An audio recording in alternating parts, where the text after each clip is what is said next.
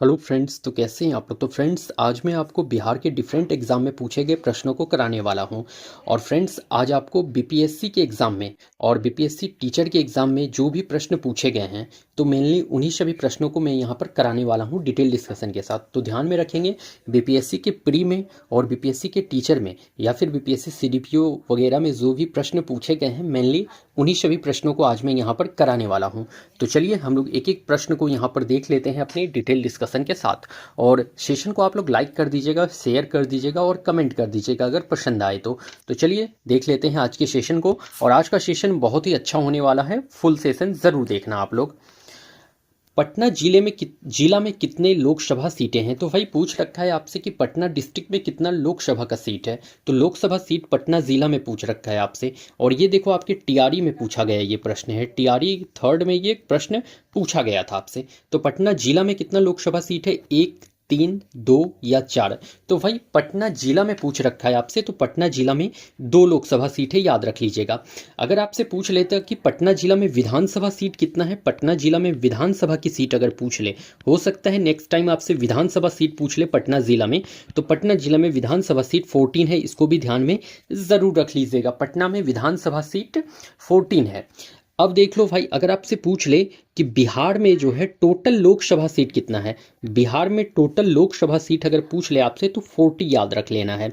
बिहार में total Lok Sabha seat 40 याद रख लेना है। और बिहार में अगर आपसे विधानसभा की सीट टोटल पूछ ले, बिहार विधानसभा का टोटल सीट आपसे अगर पूछ ले तो कितना है आप लोग कमेंट कर दीजिए। अगर बिहार विधानसभा का टोटल सीट पूछ ले तो 243 याद रख लियो आप लोग, 243 बिहार विधानसभा टोटल सीट है। अगर बिहार विधान परिषद की बात करी जाए, बिहार विधान परिषद की बात की जाए तो विधान परिषद में 75 सीट है, ठीक है। तो बिहार विधान परिषद में कितने सीट हैं टोटल, तो 75 सीट से फ्रेंड्स याद रख लेना है आपको, 75 सीट से विधान परिषद में बिहार के। तो इन सभी प्रश्नों को आप याद रख लेना, ठीक है। हो सकता है कि कोई भी यहाँ से आपको प्रश्न देखने को मिल जाए आपके एग्जाम में। राष्ट्रीय जनता दल का स्थापना वर्ष, तो भाई इस्टेब्लिशमेंट डेट जो होता है बेहद इंपॉर्टेंट है आपके एग्जाम से। और देखो यहाँ पार्टी से रिलेटेड पूछ रखा है डेट, ठीक है।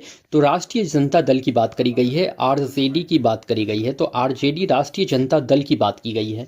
और ये भी आपके टीआरई में पूछा गया प्रश्न है। आई होप कि यहाँ से एक प्रश्न आपको देखने को जरूर मिल जाएगा आपके टीआरई 4 में। तो टीआरई 4 के लिए एक टॉपिक यहाँ से पार्टी के एस्टैब्लिशमेंट डेट से एक पार्टी क्वेश्चन फिक्स हो जाता है आपके एग्जाम के लिए, ठीक है। तो राष्ट्रीय जनता दल का स्थापना वर्ष अगर पूछ रखा है तो याद रख लेना, ये 2003 है तो नहीं, 1980 नहीं, 1997 है भाई आरजेडी का स्थापना वर्ष। राष्ट्रीय जनता दल का स्थापना वर्ष क्या है, तो 1997, 1997 है, याद रख लियो आप लोग। अगर आपसे पूछ ले कि जेडीयू का, अगर पूछ ले आपसे कि जेडीयू का स्थापना वर्ष क्या है भाई, जनता दल यूनाइटेड का, जो कि नीतीश कुमार की पार्टी है भाई, नीतीश कुमार की जो पार्टी है, अगर जेडीयू का पूछ ले तो जेडीयू याद रख लेना, 2003 याद रख लियो आप लोग। कब, तो 2003 आपके जेडीयू का स्थापना वर्ष है, जेडीयू का, ठीक है। अगर आपसे पूछ ले बीजेपी का स्थापना वर्ष क्या है, भारतीय जनता पार्टी की स्थापना वर्ष क्या है, तो 1980 याद रखना है, भारतीय जनता पार्टी का स्थापना वर्ष 1980। अगर कांग्रेस की बात करी जाए तो कांग्रेस का स्थापना वर्ष 1885 याद रख लीजिएगा, 1885। और अगर आपसे पूछ ले हम पार्टी, हम हिंदुस्तानी आवाम मोर्चा, जो कि आपके जीतन राम मांझी की पार्टी है, तो इसको याद रख लेना आप लोग। मई 2015 में ये पार्टी इस्टेब्लिश किया गया था, ठीक है। तो मई 2015 याद रख लेना है आप लोगों को। हम पार्टी हिंदुस्तानी आवाम मोर्चा की पार्टी जो है वो मई 2015 में इसको जो है बनाया गया था, इसको ध्यान में रख लीजिएगा आप लोग, ठीक है। तो ये सभी पार्टी के एस्टैब्लिशमेंट डेट से एक क्वेश्चन आपके लिए फिक्स होता है भाई, याद रख लेना। यहाँ से एक क्वेश्चन देखने को जरूर मिल जाएगा, मैं बार बार इस बात को रिपीट कर रहा हूँ कि यहाँ से एक क्वेश्चन देखने को जरूर मिल सकता है। तो इसको आप लोग हो सके तो अभी के अभी ही रट लो इस क्वेश्चन को। मैं तो कहूँगा कि अभी यहीं पर इस सेशन को यहाँ पर ही रट लो आप लोग, ठीक है। तो एक बार आप लोग रिवीजन कर लेना। जेडीयू का कब है, तो 2003 याद रख लेना। बीजेपी का कब है, तो 1980 याद रख लेना। अगर पूछ ले आपसे कि कांग्रेस का कब है, तो 1885 याद रख लेना है। और अगर हम का पूछ ले तो मई 2015 याद रख लेना। बिहार की और किसी पार्टी का बता दूं, कौन सा पार्टी और बिहार में याद रख लेना आप लोग, एक याद आप लोग क्या रख सकते हो, हाँ एक आप लोग एलजेपी याद रख सकते हो, लोक जनशक्ति पार्टी, जो कि आपके चिराग पासवान की पार्टी है भाई। पहले ये रामविलास पासवान की पार्टी हुआ करती थी, बट अब रिसेंट टाइम में इसे लीड कर रहे हैं चिराग पासवान। तो एलजेपी की पार्टी जो बनी थी वो नवंबर 2000 में बनी थी। कब बनी थी? तो नवंबर 2000 में एलजेपी पार्टी बनी थी। इसको भी ध्यान जरूर रख लेंगे आप लोग। ओके फ्रेंड्स, द्वितीयक प्रदूषक में शामिल है। तो द्वितीयक प्रदूषक primary pollutant and secondary pollutant. तो भाई सेकेंडरी पोल्यूटेंट की बात करी गई है, तो सेकेंडरी पोल्यूटेंट में शामिल है। और ये क्वेश्चन आपके लिए बेहद इंपॉर्टेंट है, यहाँ से प्रश्न आने का चांस बनता है टीआरई 4 में। द्वितीयक प्रदूषक सेकेंडरी पोल्यूटेंट में शामिल है, कौन सा है? Pan, PBN, ozone, more than one of the above. तो भाई देखो, ये जो पैन है, पीबीएन है, ओजोन है, तीनों के तीनों इसमें शामिल है। More than one of the above यहाँ पर करेक्ट आंसर देखने को मिलेगा। Option number D is correct. Option number D is correct. देखो मैं सारे सेकेंडरी पोल्यूटेंट के नाम आपको यहाँ पर बता देता हूँ। एक याद रख लेना, सेकेंडरी पोल्यूटेंट में स्मोक को भी याद रख लेना, स्मोक। उसके बाद याद रख लेना एसिड रेन को भी याद रख लेना भाई, एसिड रेन को याद रख लेना। Acid rain, smoke, pan, PBN and ozone, ये सभी क्या है? आपके सेकेंडरी पोल्यूटेंट हो जाते हैं भाई। इसको आप लोग जरूर याद रख लेंगे, ठीक है। सभी मौसमी घटना घटती है, ये भी आपका इंपॉर्टेंट एक टॉपिक बन जाता है। एटमॉस्फेयर से एक इंपॉर्टेंट टॉपिक है, और यहाँ से एक प्रश्न तो आपके लिए श्योर हो जाता है। एटमॉस्फेयर, वायुमंडल से भाई आपका एक प्रश्न श्योर हो जाता है आपके एग्जाम के लिए। तो सभी मौसमी घटना कहाँ घटित होती है, ये पूछ रखा है आपसे। तो सभी मौसमी घटना कहाँ घटती है? समताप मंडल में, क्षोभ मंडल में, मध्य मंडल में, आयन मंडल में। तो देखो क्षोभ मंडल में भाई सभी मौसमी घटना कहाँ घटती है? तो सभी मौसमी घटना जो है क्षोभ मंडल में घटती है। सभी मौसमी घटना जैसे कि बादल बनना, वर्षा होना, या फिर किसी भी टाइप का जो मौसमी घटना होगा, सभी जो होगा क्षोभ मंडल में घटित होगा। क्षोभ मंडल के बारे में मैं आपसे यहाँ पर कुछ डिस्कस कर लेता हूँ आपसे अभी, ठीक है। अब देखो मैं यहाँ पर आपको पूरा अभी वायु एटमॉस्फेयर, वायुमंडल के बारे में ही बता देता हूँ। देख लो यहाँ पर, देखो एक तो पहले इसका अरेंजमेंट आपको याद रख लेना है। सबसे नीचे कौन सा लेयर आएगा? तो क्षोभ मंडल, जिसे कि कहते हो भाई ट्रोपोस्फेयर। तो सबसे नीचे क्या? तो क्षोभ मंडल याद रख लेना। सबसे नीचे क्षोभ मंडल, सबसे एटमॉस्फेयर का सबसे निचला पार्ट है क्षोभ मंडल। क्षोभ मंडल के बाद कौन सा आता है? तो याद रख लेना समताप मंडल, समताप मंडल। तो क्षोभ मंडल के बाद समताप मंडल, समताप मंडल के बाद मध्य मंडल, समताप मंडल के बाद मध्य मंडल, मध्य मंडल। मध्य मंडल से ऊपर क्या आएगा भाई? तो आयन मंडल, आयन मंडल। तो मध्य मंडल से ऊपर आयन मंडल, और आयन मंडल से ऊपर क्या आएगा? तो ब्रही मंडल आएगा। ब्रही मंडल आता है भाई, ब्रही मंडल आता है। इस तरह से आप लोग को अरेंजमेंट के साथ आपको याद रख लेना है। क्षोभ मंडल सबसे नीचे वाला लेयर है, समताप मंडल सेकेंड लेयर है, मध्य मंडल थर्ड है, आयन मंडल फोर्थ है, एंड ब्रही मंडल जो है सबसे टॉप वाला लेयर है एटमॉस्फेयर का। इसको आप लोगों को एक अरेंजमेंट ऑर्डर में याद रखना है, क्योंकि पूछा जाता है आपको अरेंज करने के लिए। तो हो सकता है कि अरेंजमेंट में आपसे पूछ ले कि अरेंज कीजिए इसको। तो बस क्षोभ मंडल पहले आएगा, फिर समताप मंडल, फिर मध्य मंडल, फिर आयन मंडल, और फिर ब्रही मंडल आता है। आपको इसको याद रख लेना है। अब देखो क्षोभ मंडल से कुछ पॉइंट्स है जो आपको याद रखना बेहद जरूरी है। देखो यहाँ पर एक पॉइंट याद रख लेना आप लोग, क्षोभ मंडल ट्रोपोस्फेयर से भाई, कि इसमें जो है सभी प्रकार की मौसमी घटना इसमें घटित होती है, और इसमें ऑक्सीजन मौजूद होता है। क्या मौजूद होता है? तो ऑक्सीजन मौजूद होता है। और इसका जो एवरेज ऊंचाई है वो 1 से 13 किलोमीटर है। कितना? तो 1 से 13 किलोमीटर तक इसका एवरेज ऊंचाई है, ठीक है। तो एवरेज हाइट कितना है? तो 1 से 13 किलोमीटर है। और इसमें क्या होता है? तो ऊंचाई के साथ क्या होता है? तो टेम्परेचर घटता है। ऊंचाई के साथ टेम्परेचर घटता है। इन 3 पॉइंट्स को, 4 पॉइंट्स को आप लोग क्षोभ मंडल से रिलेट करके याद रख लोगे। नेक्स्ट याद रख लेना है समताप मंडल। तो समताप मंडल में याद पहली बात यही रख लेना कि इसमें ओजोन लेयर मौजूद होता है भाई, या ओजोन इसमें मौजूद होता है, ठीक है। तो ओजोन लेयर किस में मौजूद होता है? तो समताप मंडल में ओजोन लेयर मौजूद होता है, जो कि हमें आपके यूवी रेस से बचाता है। इसको ध्यान में रख लेना है, ठीक है। उसके बाद इसमें याद रख लेना कि हवाई जहाज जो है भाई इसी लेयर में, समताप मंडल में ही उड़ती है, ठीक है। तो हवाई जहाज किस लेयर में? तो समताप मंडल में उड़ता है, इसको याद रख लेना है। उसके बाद यहाँ पर जो होता है क्लियर विजिबिलिटी होता है। क्या होगा भाई? क्लियर विजिबिलिटी होता है। यहाँ पे सभी चीज क्लियर आपको विजिबल होता है, तो क्लियर विजिबिलिटी यहाँ की होती है। इसीलिए तो भाई यहाँ पर आपका हवाई जहाज इजिली उड़ जाता है। अगर इसकी औसत ऊंचाई की बात कर ली जाए तो 13 से 50 किलोमीटर याद रख लेना आप लोग। और इसमें ऊंचाई के साथ टेम्परेचर क्या होगा, तो ऊंचाई के साथ टेम्परेचर यहाँ पर बढ़ जाता है, ऊंचाई के साथ टेम्परेचर बढ़ता है समताप मंडल से। इतने पॉइंट्स को आपको याद रख लेना है।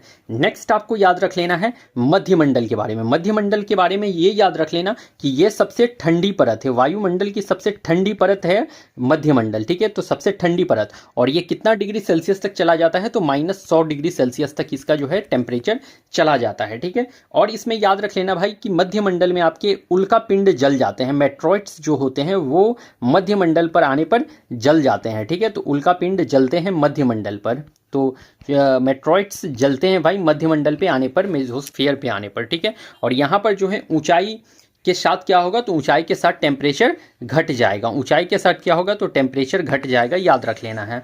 नेक्स्ट आता है आपका आयन मंडल। तो आयन मंडल से याद रख लेना सबसे इंपॉर्टेंट बात कि ये रेडियो प्रसारण में मदद करता है। आयन मंडल जो है आपके रेडियो प्रसारण में मदद करता है, ठीक है। तो रेडियो प्रसारण में मदद करता है भाई। और ये सबसे गर्म मंडल है, क्या है, तो सबसे गर्म है आपका आयन मंडल, सबसे गर्म। अगर एटमॉस्फेयर का सबसे गर्म पूछ ले कौन सा हिस्सा है, तो सबसे गर्म है आयन मंडल, जिसका टेम्परेचर चला जाता है 1200 डिग्री सेल्सियस तक, याद रख लेना है। नेक्स्ट आता है आपका सबसे टॉप लेयर आता है ब्रह्मंडल। ये क्या है, तो सबसे ऊपरी परत है। वायुमंडल का सबसे ऊपरी परत कौन सा है, ब्रह्मंडल है, जिसे एक्सोस्फीयर कहा जाता है। ब्रह्मंडल एक्सोस्फीयर सबसे ऊपरी परत है, और इसमें हीलियम और हाइड्रोजन गैस प्रेजेंट होते हैं। कौन से गैस, तो हीलियम और हाइड्रोजन आपके प्रेजेंट होते हैं। इसमें क्या होते हैं, तो हीलियम और हाइड्रोजन प्रेजेंट होते हैं ब्रह्मंडल में, याद रख लेना है। उसके बाद भाई इसमें जो हवा होता है वो बहुत ही कम होता है। हवा क्या होगा, हवा इसमें ना के बराबर होता है, बहुत ही कम होता है। इस बात को भी ध्यान में जरूर रख लेना है। तो यहाँ पर मैंने आपको एटमॉस्फेयर से रिलेटेड जितने भी क्वेश्चन इंपॉर्टेंट बन सकते थे, एटमॉस्फेयर आपको कंप्लीट करा दिया है, एटमॉस्फेयर आपको कंप्लीट करा दिया। अब एटमॉस्फेयर से जो भी प्रश्न आएगा यहीं से प्रश्न देखने को मिलेगा, इससे बाहर जाने की अब चांस नहीं है, ठीक है। तो एटमॉस्फेयर को आप लोग यहाँ से देख लेना, आपका कंप्लीट हो जाता है एटमॉस्फेयर, कहीं और से देखने की जरूरत नहीं पड़ेगी फिर आपको। नेक्स्ट, वायु में नाइट्रोजन कितने प्रतिशत है, तो भाई वायु में आपसे पूछ रखा है नाइट्रोजन कितने परसेंट है। तो देखो ये इंपॉर्टेंट प्रश्न है आपके लिए, क्वेश्चन तो इंपॉर्टेंट है भाई, रिपीट हो सकता है ये क्वेश्चन आपका। तो वायु में नाइट्रोजन 21% तो नहीं भाई, 21% तो आपका ऑक्सीजन है, ऑक्सीजन ना 21% है आपके वायुमंडल में भाई। या वायु का कंपोजिशन अगर पूछ ले आपसे तो 21% ऑक्सीजन होता है, उसमें 21% ऑक्सीजन है। 0.03% भाई ये तो आपका कार्बन डाइऑक्साइड होता है, कार्बन डाइऑक्साइड 0.03% होता है गाइज, याद रख लेना है आपको। 0.93 अगर पूछ ले तो 0.93 तो आपका आर्गन होता है, आर्गन, आर्गन कितना, तो 0.93% होता है। अगर नाइट्रोजन की बात करी जाए तो नाइट्रोजन 78% होता है, ठीक है। और अगर अदर गैसेस पूछ ले कि अदर गैस कितने होते हैं, तो अदर गैस होते हैं भाई 1%, याद रख लीजिएगा अदर गैस के लिए। यहां से एक क्वेश्चन आ सकता है, सबसे अधिक जनसंख्या घनत्व किस राज्य का है। तो देख लो क्या पूछ रखा है आपसे कि सबसे अधिक जनसंख्या घनत्व किस राज्य का है। तो सबसे अधिक जनसंख्या घनत्व असम, अरुणाचल प्रदेश, बिहार या कोई नहीं, बता दो। बहुत ही इजी क्वेश्चन है और इंपॉर्टेंट प्रश्न है ये वाला, बहुत ही इजी क्वेश्चन है एंड इंपॉर्टेंट भी है। सबसे अधिक जनसंख्या घनत्व, तो सबसे अधिक जनसंख्या घनत्व यार असम का है तो नहीं भाई, असम का नहीं है। अरुणाचल प्रदेश का है तो नहीं है। बिहार का तो बिल्कुल, बिहार का जनसंख्या घनत्व सबसे अधिक है। और कितना, तो 1106 व्यक्ति पर किलोमीटर, कितना, तो 1106 व्यक्ति पर किलोमीटर में है, ठीक है। तो 1106 व्यक्ति प्रति वर्ग किलोमीटर में रहते हैं बिहार में, तो इसीलिए जनसंख्या घनत्व बिहार का सबसे ज्यादा है। और अगर सबसे कम जनसंख्या घनत्व पूछ ले तो अरुणाचल प्रदेश, याद रख लीजिएगा, सबसे कम जनसंख्या घनत्व है अरुणाचल प्रदेश का। और कितना, तो 17 व्यक्ति प्रति किलोमीटर, कितना, तो 17 व्यक्ति प्रति किलोमीटर, याद रख लेना है आपको। भारत की सबसे बड़ी जनजाति है, तो भारत की सबसे बड़ी जनजाति पूछ रखा है, ये क्वेश्चन दे सकता है आपको। तो भारत की सबसे बड़ी जनजाति भील, गोंड, पहाड़िया या मेतई। तो भाई सबसे बड़ी जनजाति आपकी कौन सी जनजाति होती है, भारत की सबसे बड़ी जनजाति कौन सी है, भील है। तो भाई करेक्ट तो यही होने वाला है, भील जनजाति भारत की सबसे बड़ी जनजाति है। और ये भील देखो मेनली अगर पूछ ले तो ये महाराष्ट्र वाले एरिया में जो है मेनली पाया जाता है भील, ठीक है। दूसरी अगर बड़ी पूछ ले तो दूसरी बड़ी जनजाति है गोंड, ठीक है। तो दूसरी बड़ी जनजाति है गोंड, दूसरी बड़ी जनजाति कौन है, गोंड।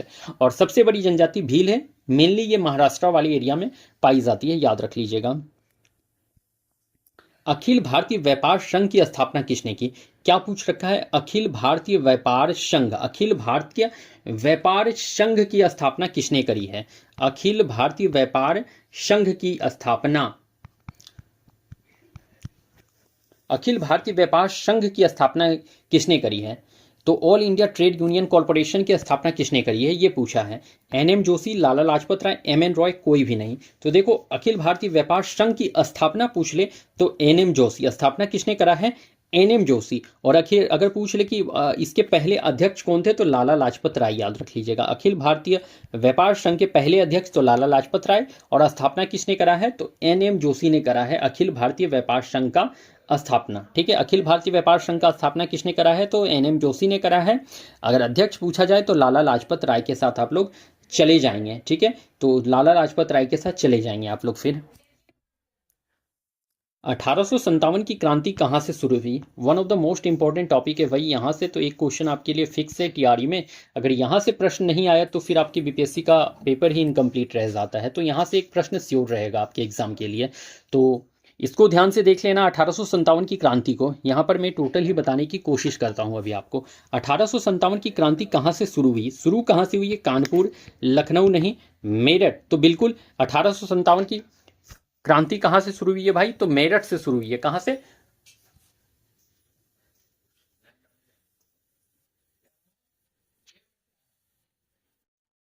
तो मेरठ से शुरू हुई है 1857 की क्रांति। इस बात को आप लोग ध्यान में रख लेंगे कि 1857 की क्रांति कहां से स्टार्ट हुई है? तो मेरठ से स्टार्ट हुई है। ध्यान में रख लेना इस बात को, पहली बात। ठीक है,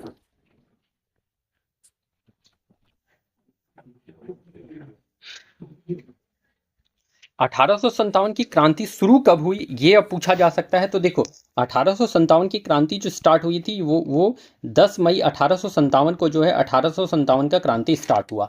कहाँ से स्टार्ट हुआ? तो मेरठ से स्टार्ट हुआ।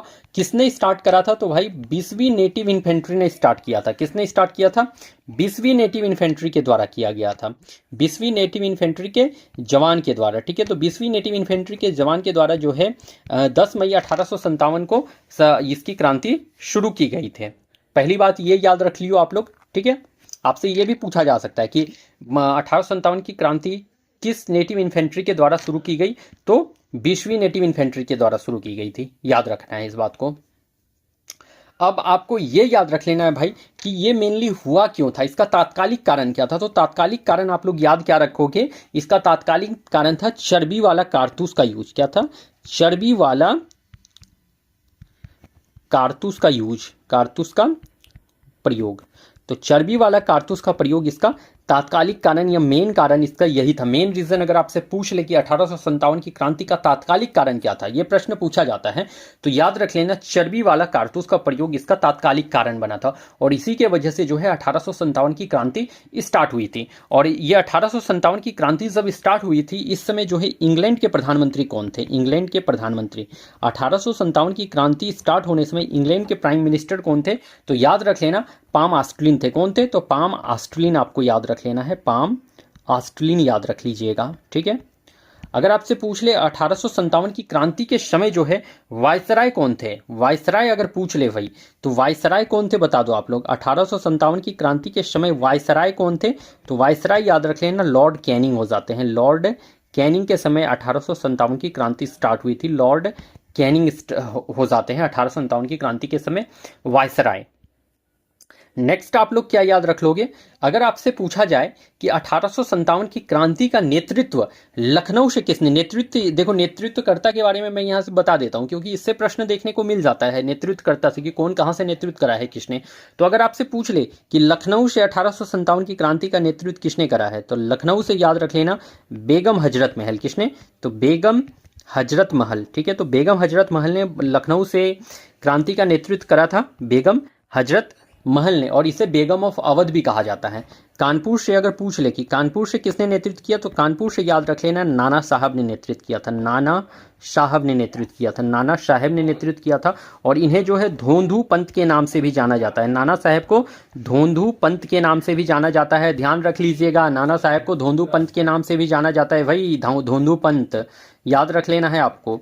अगर आपसे नेक्स्ट पूछ ले कि इलाहाबाद से किसने नेतृत्व करा था? इलाहाबाद से किसने नेतृत्व करा, बताओ आप लोग। इलाहाबाद से किसने नेतृत्व करा? तो याद रख लेना, लियाकत अली ने 1857 की क्रांति का नेतृत्व इलाहाबाद से किया। लियाकत अली ने 1857 की क्रांति का नेतृत्व किया इलाहाबाद से। नेक्स्ट याद रख लेना, जगदीशपुर, मोस्ट इंपॉर्टेंट, जगदीशपुर जो कि बिहार वाला एरिया है, मोस्ट इंपॉर्टेंट। ये प्रश्न आपके एग्जाम के लिए श्योर हो जाता है, वेरी वेरी वेरी इंपॉर्टेंट। जितना भी VVI लगा दो कम ही है, और जगदीशपुर तो आपके एग्जाम में जरूर पूछा जाएगा। मैं तो कहता हूं 100% जगदीशपुर ही पूछा जाएगा।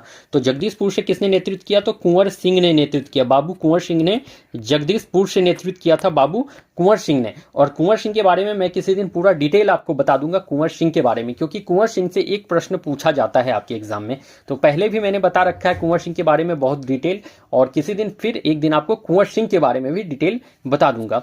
अगर पटना से पूछ ले कि पटना से नेतृत्व किसने करा था, तो पटना से एक पुस्तक विक्रेता पीर अली ने नेतृत्व करा था, पीर अली ने। और इनका जो है मंथ भी पूछा जाता है, कि डेट भी पूछा जाता है। तो 3 जुलाई 1857 को इसने नेतृत्व करा था। तो 3 जुलाई 1857 को पीर अली ने पटना से नेतृत्व करा था। और पीर अली जो है एक पुस्तक विक्रेता थे, इसको भी याद रख लीजिएगा आप लोग। नेक्स्ट आप लोग को क्या याद रख लेना है? नेक्स्ट याद रख लेना है आपको, ग्वालियर से किसने नेतृत्व किया था? ग्वालियर से किसने नेतृत्व करा? तो याद रख लेना, तात्या तोपे ने नेतृत्व करा था ग्वालियर से। तात्या तोपे ने ग्वालियर से नेतृत्व करा था। बरेली से किसने नेतृत्व करा? तो बरेली से याद रख लेना, खान बहादुर खान ने। किसने करा? तो बरेली से खान बहादुर खान ने नेतृत्व करा। बरेली से खान बहादुर खान ने नेतृत्व करा था। और अब और बता देता हूं आपको, अभी बस लिखते जाओ आप लोग। बरेली से खान बहादुर खान ने नेतृत्व करा था। अगर आपसे पूछ ले कि फैजाबाद से किसने नेतृत्व करा था? फैजाबाद से, तो फैजाबाद से याद रख लेना आप लोग, मौलवी अहमदुल्लाह। किसने? तो मौलवी अहमदुल्लाह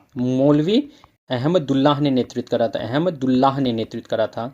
तो फैजाबाद से किसने? तो मौलवी अहमदुल्लाह ने नेतृत्व करा था। और ये अंग्रेजों का सबसे कट्टर दुश्मन था। मौलवी अहमदुल्लाह अंग्रेजों का सबसे कट्टर दुश्मन, ये भी याद रख लीजिएगा आप लोग।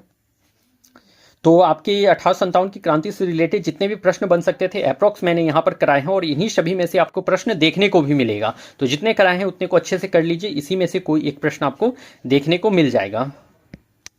1857 की क्रांति का जगदीशपुर से नेतृत्व किसने किया? तो देखो जगदीशपुर से पूछ दिया यहाँ पर, पीर अली तो नहीं भाई, इन्होंने तो पटना से नेतृत्व कर रखा था। कहाँ से? पटना से नेतृत्व किया था, और 3 जुलाई 1857 को नेतृत्व करा था इन्होंने।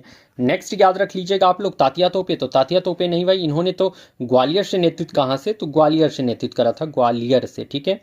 खान बहादुर खान, तो खान बहादुर खान है भाई, ये बरेली से नेतृत्व करा था। बरेली से खान बहादुर खान ने नेतृत्व करा था।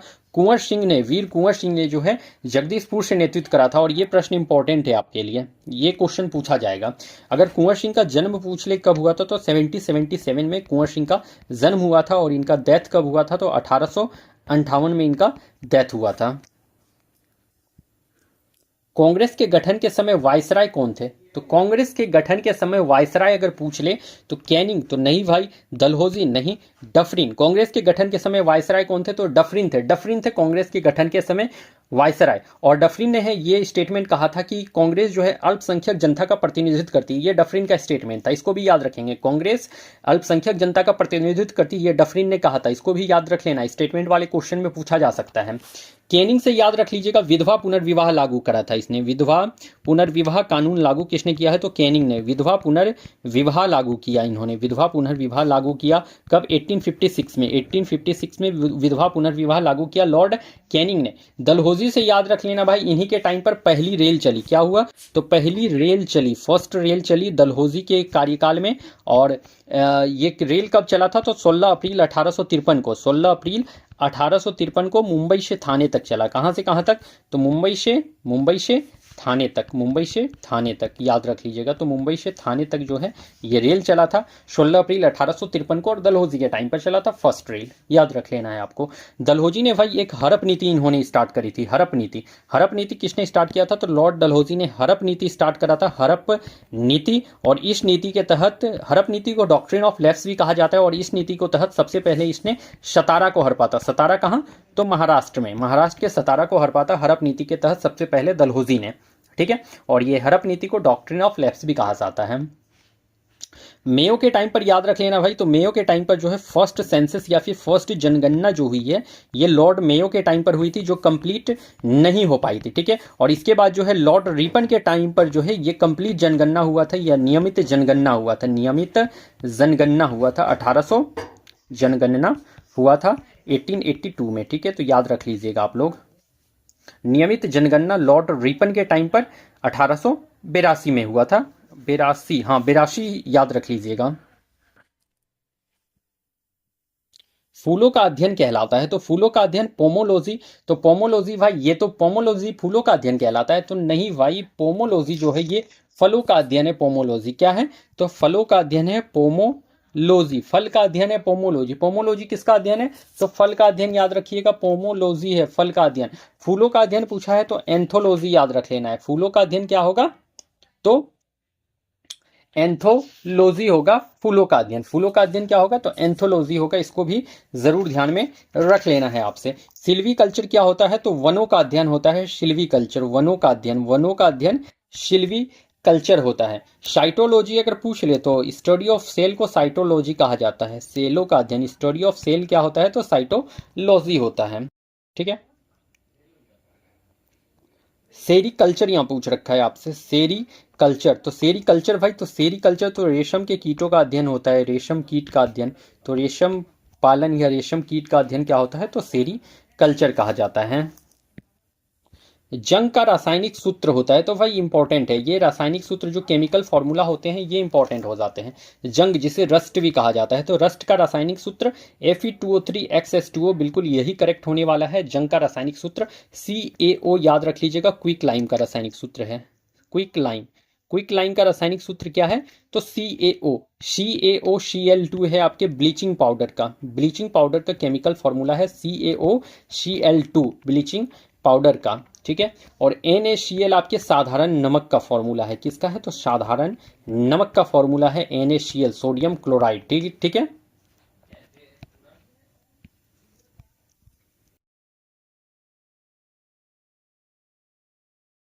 नेक्स्ट, सूर्य मंदिर स्थित है, तो सूर्य मंदिर कहाँ पर स्थित है, असम में, तो असम में भाई याद रख लेना आप लोग, कामाख्या मंदिर असम में स्थित है, कामाख्या मंदिर। कामाख्या मंदिर कहाँ पर, तो असम में स्थित है कामाख्या मंदिर।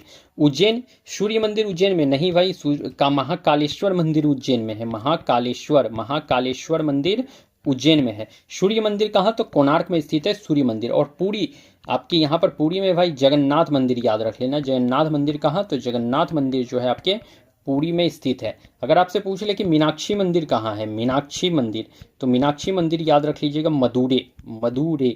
मीनाक्षी मंदिर कहाँ, तो मदुरै। और अगर पूछ ले आपसे कि गुड़ी पड़वा महोत्सव कहाँ पर मनाया जाता है, गुड़ी पड़वा महोत्सव, तो गुड़ी पड़वा कहाँ पर, तो महाराष्ट्र में मनाया जाता है गुड़ी पड़वा महोत्सव। इनमें से ठंडी खून के प्राणी हैं, तो ठंडी खून के प्राणी, ये क्वेश्चन आपके लिए इंपॉर्टेंट बन जाता है, ये क्वेश्चन इंपॉर्टेंट हो जाता है। तो ठंडा खून का प्राणी पक्षी है, स्तनधारी है, मछली है, कोई नहीं। तो देखो ठंडा खून का प्राणी पूछा है ना, कॉल्ड ब्लडेड एनिमल पूछ रखा है आपसे, तो पहले आप लोग ये जान लो कि कॉल्ड ब्लडेड एनिमल और वार्म ब्लडेड एनिमल क्या होता है। कॉल्ड ब्लडेड एनिमल उसे कहते हैं भाई, ठंडी खून के प्राणी या कॉल्ड ब्लडेड एनिमल उसे कहते हैं जो आपके इन्वायरमेंट के अकॉर्डिंग अपना टेम्परेचर बदले, किसके अकॉर्डिंग, तो इन्वायरमेंट के अकॉर्डिंग क्या करता है, तो अपना टेम्परेचर बदल ले, उसे कहते हैं कॉल्ड ब्लडेड एनिमल।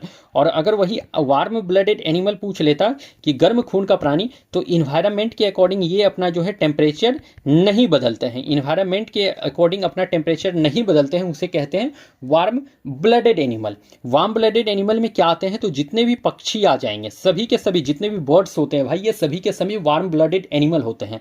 मेमल्स जितने भी होते हैं, मेमल्स जितने भी स्तनधारी जितने भी होते हैं, सभी वार्म ब्लडेड एनिमल हो जाते हैं। मेमल्स में कौन सा, जैसे कि मनुष्य, हम लोग आ गए भाई, गाय भैंस, ये सब गाय ये सब क्या आ जाता है, तो ये सभी मेमल्स में आ जाते हैं, स्तनधारी में आ जाते हैं, ठीक है।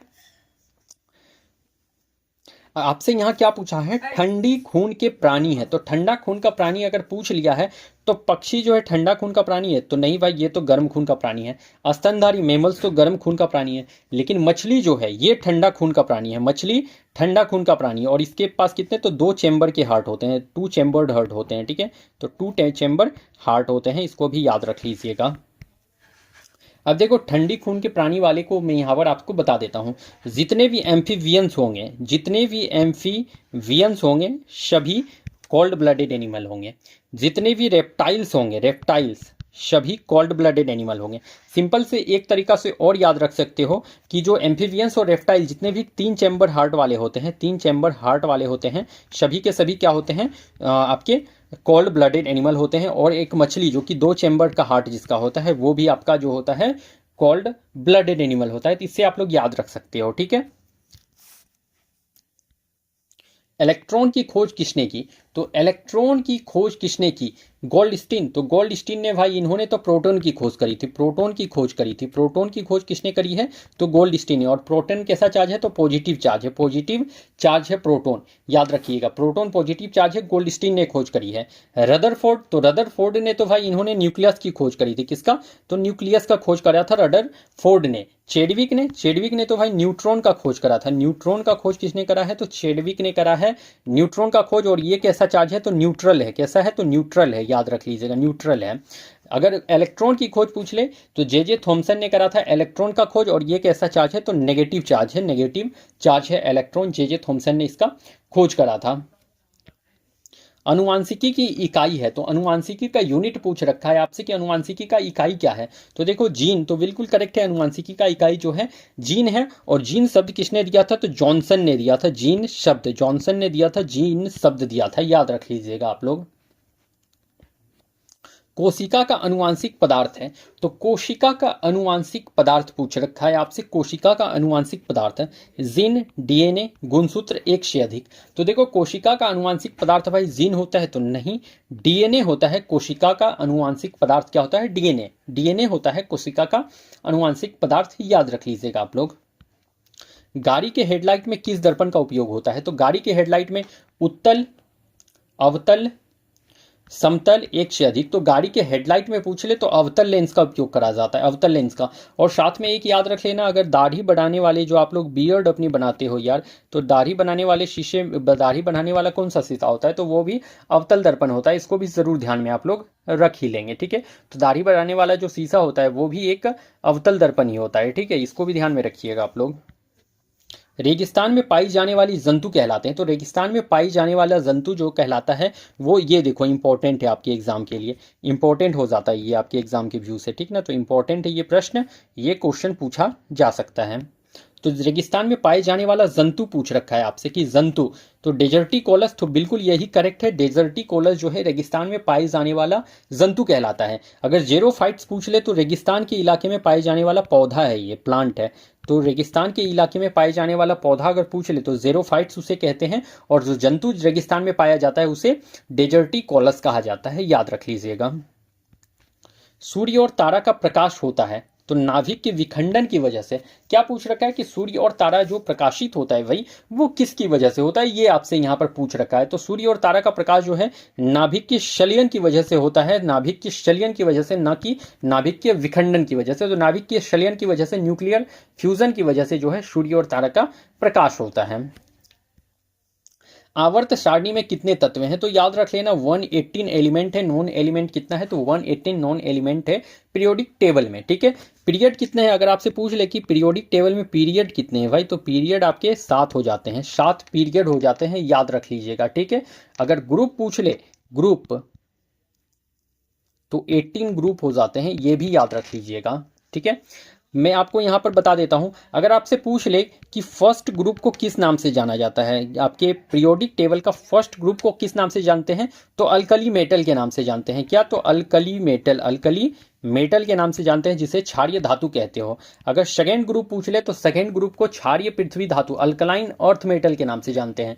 सेकेंड ग्रुप को क्षारीय पृथ्वी धातु, अल्कलाइन अर्थ मेटल के नाम से जानते हैं। अगर ग्रुप 17 पूछ ले या 7A पूछ ले, 17 पूछ ले या 7A पूछ ले ग्रुप, तो उसको किस नाम से? तो हेलोजेंस के नाम से जानते हैं। ग्रुप 17 या 7A दे दे तो हेलोजेंस, याद रख लीजिएगा। अगर आपसे पूछ ले ग्रुप 18 या 8A पूछ ले, ग्रुप 18 या 8A पूछ ले, तो याद रख लेना इनर्ट गैस उसे कहते हैं। इनर्ट गैस कहा जाता है या फिर नोबल गैस कहा जाता है। इनर्ट गैस या नोबल गैस कहा जाता है, याद रख लीजिएगा आप लोग। आपसे एक क्वेश्चन पूछा जाता है कि मॉडर्न पीरियोडिक टेबल किसने बनाया था भाई। तो मॉडर्न पीरियोडिक टेबल किसने बनाया था, मॉडर्न पीरियोडिक टेबल। तो मॉडर्न पीरियोडिक टेबल किसने बनाया था, बता दो तो आप लोग। मॉडर्न पीरियोडिक टेबल किसने बनाया था, तो भाई याद रख लेना, मूजले ने मॉडर्न पीरियोडिक टेबल बनाया था, मूजले ने। और इसका जो पीरियोडिक टेबल बनाने का आधार था, जो वर्गीकरण का इसने आधार बनाया था, वो बनाया था परमाणु द्रव्यमान को। क्या बनाया था, तो इसका आधार क्या था, तो ये परमाणु द्रव्यमान के आधार पर इन्होंने जो है पीरियोडिक टेबल बनाया था। परमाणु द्रव्यमान के आधार पर इन्होंने पीरियोडिक टेबल बनाया था मूजले ने, और इन्होंने मॉडर्न पीरियोडिक टेबल बनाया था, याद रख लीजिएगा आप लोग। ठीक, और परमाणु द्रव्यमान कहता हूं यार, परमाणु संख्या, इन्होंने परमाणु संख्या के आधार पर बनाया था। परमाणु संख्या के आधार पर मॉडर्न पीरियोडिक टेबल जो है मूजले ने बनाया था। ठीक है, अगर आपसे सिंपल पूछ ले कि पीरियोडिक टेबल किसने बनाया था, पीरियोडिक टेबल किसने बनाया था, तो पीरियोडिक टेबल याद रख लीजिएगा, मेंडलीव ने बनाया था, मेंडलीव ने बनाया था। और इन्होंने बनाया था परमाणु द्रव्यमान के आधार पर, परमाणु द्रव्यमान के आधार पर इन्होंने बनाया था पीरियोडिक टेबल। इसीलिए इनका पीरियोडिक टेबल जो है सक्सेस नहीं हो पाया था, और उसके बाद जो जाकर मूजले ने जो है मॉडर्न पीरियोडिक टेबल बनाया परमाणु संख्या के आधार पर, और इनका जो है मॉडर्न पीरियोडिक टेबल ये सक्सेस हो गया था। याद रख लीजिएगा इस बात को। वाहन से निकलने वाला सबसे जहरीला गैस है, तो वाहन से निकलने वाला जहरीला गैस नाइट्रोजन नहीं है, कार्बन मोनोऑक्साइड वाहन से निकलने वाला सबसे जहरीला गैस है। अष्टक का नियम किसने दिया, तो डोवर्नियर नहीं भाई, न्यूलैंड ने जो है अष्टक का नियम दिया था, न्यूलैंड ने अष्टक का नियम दिया था। अगर डोवर्नियर की बात करी जाए तो इन्होंने ट्रिक का नियम दिया था। क्या दिया था, तो ट्रिक का नियम, इन्होंने पीरियोडिक टेबल बनाने में ट्रिक का नियम दिया था, ट्रिक का नियम दिया था डोवर्नियर ने। और सबसे पहले पीरियोडिक टेबल बनाने का कोशिश डोवर्नियर ने ही करा था, बट ये सक्सेस नहीं हो पाए थे। और डोवर्नियर के बाद जो है न्यूलैंड ने जो है अष्टक का नियम दिया, और इन्होंने जो है पीरियोडिक टेबल बनाने का कोशिश करा, बट ये भी सक्सेस नहीं कर पाए थे। ठीक है, तो ये डोवर्नियर ने अष्टक का नियम दिया था और ये भी सक्सेस नहीं कर पाए थे। और इसके बाद जाकर के आपके पीरियोडिक टेबल का जो है मेंडलीव के द्वारा किया गया और परमाणु द्रव्यमान के आधार पर किया गया था, बनाया गया था, बट वो भी सक्सेस नहीं हुआ था। और उसके बाद मूजले ने मॉडर्न पीरियोडिक टेबल बनाया, मूजले ने, और वो उसका जो वर्गीकरण का आधार था परमाणु संख्या था, और वो पीरियोडिक टेबल आपका फाइनली सक्सेस हुआ था जाकर। ठीक है, तो अष्टक का नियम किसने दिया, तो न्यूलैंड के द्वारा दिया गया था, याद रख लीजिएगा आप लोग। तो फ्रेंड्स, हमारा आज का सेशन यहाँ पर कंप्लीट होता है। जितने भी प्रश्न थे मैंने यहाँ पर डिटेल डिस्कशन आपको कराया है, तो अच्छे से देख लेना। फिर मैं मिलता हूँ कल किसी नेक्स्ट सेशन के साथ, तब तक के लिए आप लोगों को thank you and best of luck.